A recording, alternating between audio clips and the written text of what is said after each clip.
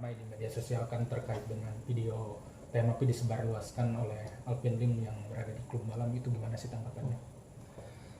Baik, terima kasih. Assalamualaikum warahmatullahi wabarakatuh. Selamat siang dan salam sejahtera untuk kita semua. Ini sebenarnya kok terus saja bergulir peristiwa ini. Apa hanya untuk menguras atensi, perhatian daripada publik atau netizen. Bukan malah bagus, malah semakin meruncing dan semakin menjatuhkan harkat martabat daripada orang itu sendiri. Nah, kita masuk kepada pokok permasalahan. Secara manusiawi, udah jelas yang namanya Novi pasti keberatan. Di dalam undang-undang juga disebutkan bahwa foto, video, apalagi yang bersifat private, pribadi ya, dipublikasikan melalui media oleh seseorang tanpa seizin yang bersangkutan itu kena pidana. Itu nggak boleh. Dia publikasikan tanpa sepengetahuannya untuk tujuannya untuk menjatuhkan harkat martabat dan harga diri seseorang. Kena dia. Nggak bisa, itu kena dalam undang-undang ITE. Wajar kalau seandainya Novi berkeberatan, ya dia melaporkan, wajar. Itu lumrah dan manusiawi. Kita kembalikan kepada kita. Kalau kita diperlakukan sama, kita berterima atau enggak. Nah, itu aja. Jadi jangan kita yang melempar kotoran ke orang lain, kena muka sendiri gitu loh. Atau memercik air di dulang, kepercik muka sendiri. Jadi kita jangan mencemooh orang lain, kita sendiri nggak bener.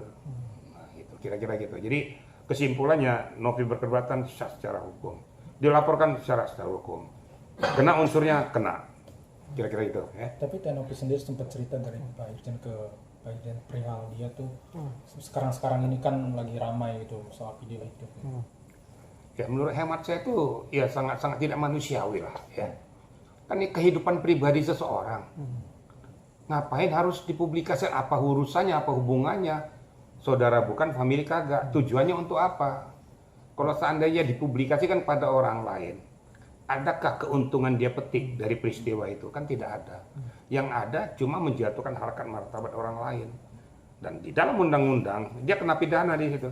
Kena.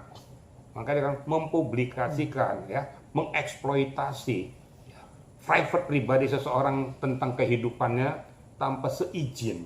Ingat ya, tanpa seizin pemilik yang bersangkutan, ya sah secara hukum. Wajar kalau dilaporkan kena memenuhi unsur. Kira-kira gitu ya. Dari pihak klub malam bahkan sahabatnya juga sudah mengklarifikasi ya, bahwa tidak ada apa-apa. Memang di acara situ ada acara undangan dari ownernya, bahkan Tete juga seperti itu. Nah, semuanya sudah mengklarifikasi. Itu gimana sih Pak Irjen? Ya, saya dari pemilik klub malam kok nggak salah yang bernama Heri Kuncoro ya. Saya sudah ikuti perkembangan juga. Dia mengklarifikasi bahwa peristiwa itu ya normal-normal saja. Saya tidak ada hal yang sangat spesifik, tidak ada yang sangat vulgar juga, biasa. Ya namanya kita hidup di ada karaoke, ada apa, kalau kebetulan memang suasananya gelap terus dianggap itu sudah sure, atau dianggap itu sudah peristiwa yang negatif, belum tentu juga. Makanya jangan terlalu cepat memvonis, ngambil stigma terhadap seseorang. Apalagi sudah diambil keputusan oleh Heri Kuncoro bahwa dia bersahabat karib, dia sering komunikasi. Nah, berarti kan tidak ada apa-apa.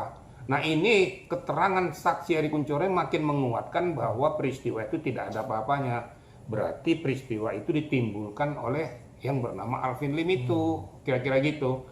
Ya kena lah gitu. Saya rasa harus diberikan pembelajaran. Terlalu banyak sebenarnya peristiwa-peristiwa yang seharusnya yang tidak perlu dia lakukan ya. Yang mbok ya mikir kesehatannya aja lah. Kesehatannya sudah seperti kayak gitu kok mikirnya kok yang aneh-aneh aja gitu loh. Kira-kira gitu ya. Bang, saat video itu muncul, Novi langsung nelfon abang, gimana bang tanggapan Novi? Semua permasalahan disampaikan bahwa keluh kesahnya bahwa kenapa saya diperlakukan tidak manusiawi. Kok permasalahan pokok Agus? Loh, apa hubungannya permasalahan pokok Agus menyinggung masalah private, menyinggung tentang kehidupan orang, menyinggung tentang pribadi seseorang? Kan sudah nggak cocok nih. Berarti memang dia sengaja mencari celah-celah kelemahan orang lain yang tidak ada relevansinya kepada pokok permasalahan. Kenapa tidak fokus kepada pokok permasalahan? Bukan ini yang diselesaikan, malah cuap kemana-mana. Inilah kira-kira. Jadi menurut hemat saya, suatu tindakan yang tidak berakhlak. Kalau katanya dia mengatakan ya Tuhan segala Tuhan, ya dia sendiri tidak merasa bertuhan. Nah, karena selalu mencemoohkan orang sesuai dengan kehendak ataupun sesuai dengan keinginannya. Dan semua itu dia dijauhi ataupun tidak pernah diajarkan oleh Yang Maha Kuasa. Kan semuanya kan dilarang oleh Maha Kuasa, tapi dia lakukan gitu loh. Kira-kira gitu ya.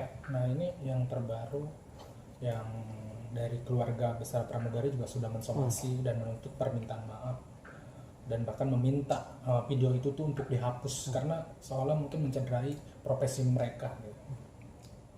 Saya rasa tuh sah ya. Pernah dalam wawancara saya terdahulu saya sudah sampaikan itu ya. Yang namanya profesi seseorang itu kan profesi mulia.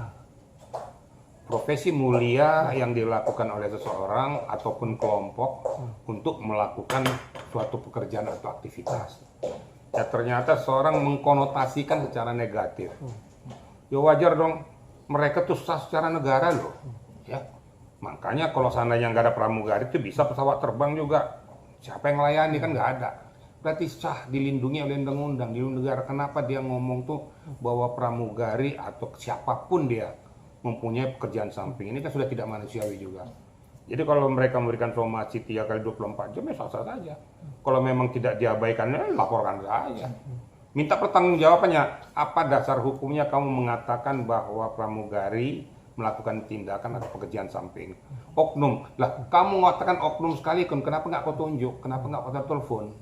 Kenapa harus melalui media? Kan itu kembali lagi loh, melalui media itu mempublikasikan kepada orang lain bahwa status yang bersangkutan seperti ini. Gitu loh.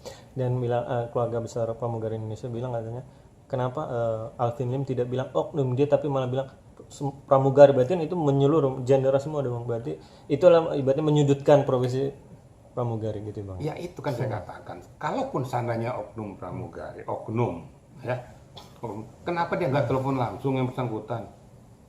Dia kan hanya meraba dan menduga-duga berdasarkan keterangan orang lain. Sekali lagi saya katakan, itu kan ilmu katanya, lah, bukan fakta. Kok seorang pengacara katanya sudah lihai, ya sudah katanya sudah hebat, tapi kok bahasa hukumnya kok dangkal, kok nggak bisa mencermati bahwa ini layak dilakukan, layak disampaikan atau tidak, kok seenak perut aja gitu loh. Nggak usah jauh juga saya udah bilang, saya dibilang saya menyatakan itu aja dibilang saya nggak ngerti bahasa Indonesia kok. Nah kalau saya anggap seperti kayak gitu, saya melayani orang yang nggak tahu hukum, ya ngapain, capek saya. Saya nggak mau seperti yang lain terpancing gitu loh. Kalau saya mau terpancing terlalu banyak ya. Jenderal sampah, nggak ngerti hukum, jenderal goblok, nyebut nama lo, langsung Hiki Sitohang loh.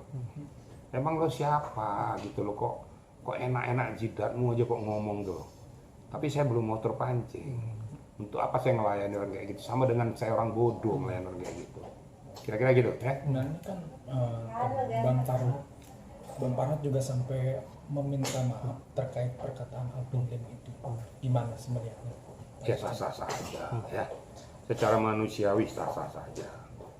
Bahwa namanya Farhad mungkin mengetahui bahwa ini udah terlalu jauh menyimpang daripada apa yang diharapkan.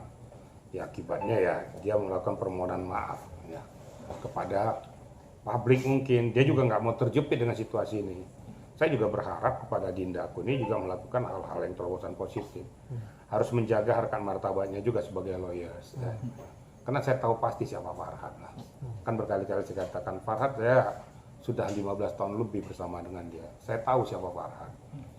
Sesungguhnya dia tuh, saya bukan mau bela-bela Farhad sebenarnya ya. Sesungguhnya dia tuh orang baik ya. Dia tuh enak sama saya tuh yang ketawa-ketawa, udah ngobrol aja. Tapi kadang-kadang suka lepas gitu. Lepas kadang-kadang terpengaruh oleh kiri kanan. Nah dia kembali kepada fitrahnya bahwa saya mau meluruskan masalah, saya tidak seperti itu. Ya sah-sah saja, saya angkat jempol lah buat adik saya kayak gitu. Ya mungkin gitu ya. Nah ini yang terbaru dari kontennya dia gak mau minta maaf terkait perkataan itu ke keluarga besar pramugari. Dan silakan aja kalau mau laporkan, kata dia seperti itu. Ya nggak ada masalah. Kalau memang mau dia lakukan itu ya manusiawi aja. Ya kan gitu. Pokoknya ya saya berharap bahwa Farhad melakukan tindakan-tindakan yang positif. Tindakan-tindakan yang manusiawi. Karena bagaimanapun ya, kita seorang lawyers itu juga harus menjaga harkat martabat kita. Kita punya nilai moral. ada kode etik kepengacaraan. Jadi tidak sembarang mengeluarkan statement atau mengeluarkan pendapat yang juga akan mengakibatkan orang lain jadi tercela atau tersakiti. Itu kira-kira. Jadi menurut hemat saya apa yang sudah dilakukan oleh adindaku ini ya langkah yang baik lah, terobosan yang baik menurut saya. Dia kalau yang baik katakan baik gitu loh ya.